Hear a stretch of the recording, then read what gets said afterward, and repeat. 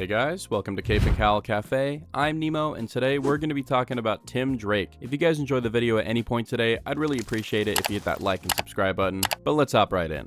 Okay, so right now, Tim Drake sucks. I know, a bold statement, but it's kind of true. Despite being one of the most well-received characters from the 90s, Tim Drake has suffered as a character for quite a while. Now, you could waste a lot of time trying to list out all of the reasons why he has been struggling, but at the end of the day, it's this guy's fault. Damian Wayne being introduced in Grant Morrison's Batman run eventually forced Tim out of the role of Robin. This change was super sudden. Previous Robins were either fired or just straight up died, but Tim didn't do anything. He was replaced. And the disrespect didn't end there. Tim's replacement nearly killed him when they first met. Now, I like Damian, okay? I think he's pretty cool. His character has come a long way, but I feel like this transition could have been handled better. Now, I'm actually okay with Damian replacing Tim, as it adds a lot of interesting drama to the story. Damian feels that he's the one and only true heir to the cowl and sees Tim as a pretender, not worthy of his father's attention. And Tim is just kind of there. But the problem with this dynamic is that Tim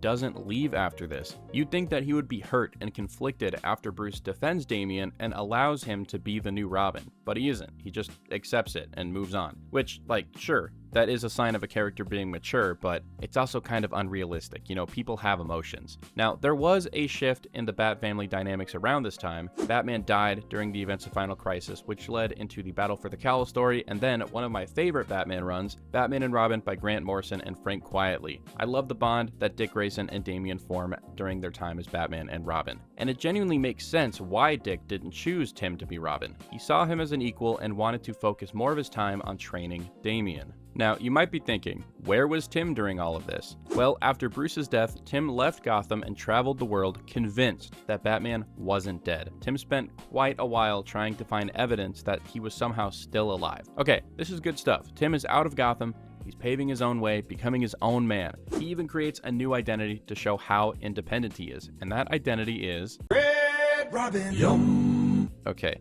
he names himself after a restaurant chain. I understand wanting to stick with the bird theme, but really, Red Robin? It's like if Dick left the role of Robin and started calling himself Blue Robin. So let's tackle the identity crisis problem first. There are two Robins right now. Well, at the time of this recording, Tim is quit, and we don't know what's going on there, but Tim in the Matt Fraction run is Robin, and Damian is Robin in the Batman and Robin title. It's a little confusing. Now, there can be characters that share the same name. The Flash makes it work, but I feel like the mantle of Robin is different. It is the title of Batman's current partner, and it's a symbol that represents being in Batman's shadow. Robin, where are you? Still in your shadow. Oh. Tim shouldn't still be in that position. You know, he shouldn't be Robin anymore. He's a grown man. I mean, he is an incredibly capable hero and has earned more respect than that. I mean, hell, he's the only other person that Ra's al Ghul calls detective. So him flipping back and forth between identities makes him look weak and unsure of himself. It's just kind of ridiculous.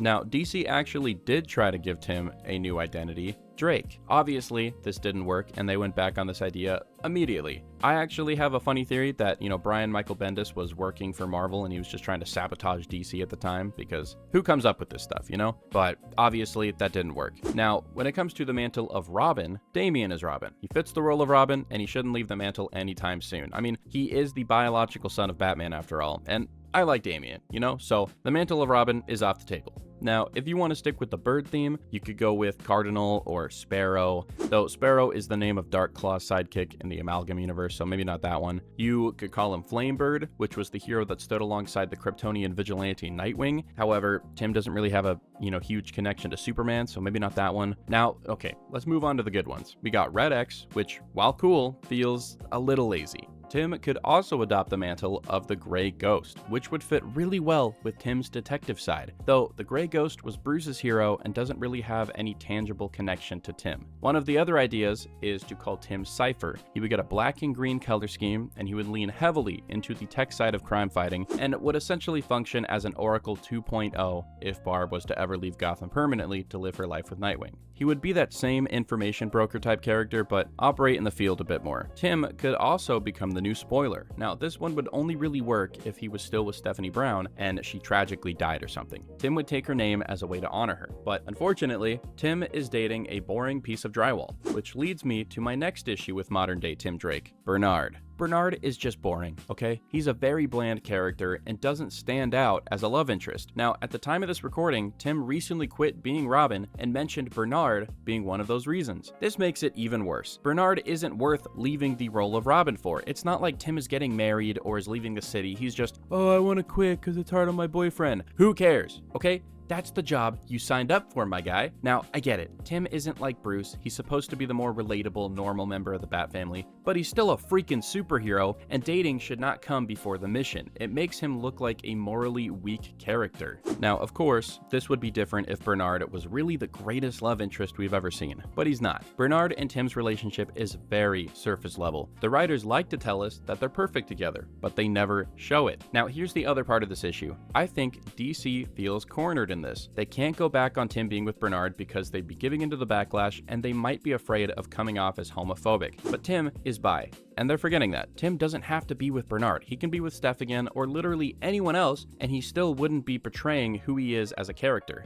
It feels really disingenuous to make Tim Drake bi, but then treat him as if he's just gay. He's only bi in the name. They make it seem like Tim being with a woman is settling when he was talking about Stephanie Brown like this. Tim loved Stephanie. He was in love with Stephanie. She was the last thought before dying, and he wanted a future with her. There wasn't even a hint of a crack in their relationship before Urban Legends. In fact, I'd say that they were the happiest they'd ever been. It's also weird how Stephanie reacts to Tim being in a new relationship. I understand if Steph wants to try to be supportive and not make it all about her, but she is too over the top when she met Bernard, and it felt like her history with Tim never happened. She loved him. Seeing him be with someone else should hurt. So, yeah, to me, Tim talking about settling and not being able to be himself before Bernard is 1, a load of crap, and 2, an attempt by the author to downplay his previous relationship, which is just ridiculous, okay? You gotta respect the stuff that came before. Bernard just sucks, okay? Just because a character is gay doesn't mean that they can't be written horribly, and it definitely does not mean that they are immune to criticism. Bernard sucks, get him out of here. And the worst part is, Tim and Steph had just gotten back together, and then they got rid of her just to make way for Bernard, who was just a bland character. It really feels like the writers are writing fan fiction with these two and not actual stories. Their relationship feels like it came from the Wayne Family Adventures webcomic. Where's the drama, the suspense, the romance?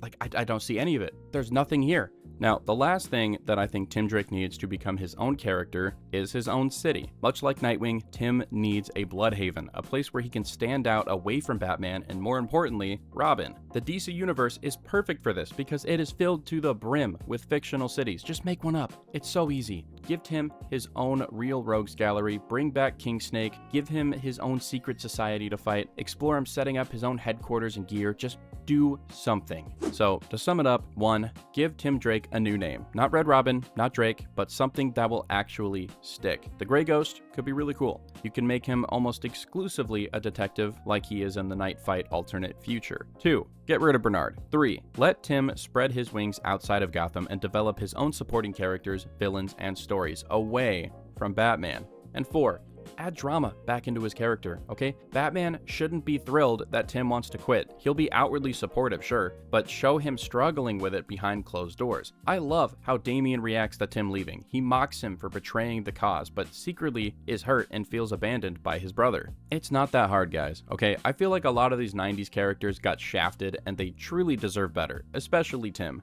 He used to be considered the best Robin, but nowadays, he feels more like an afterthought, so hopefully DC can change this. Alright guys, that's going to be it for today's video. If you guys enjoyed it all, I'd really appreciate it if you hit that like and subscribe button, and drop in the comments down below how you would fix Tim Drake. Let's talk about it. But yeah, until next time, I'll see you guys later.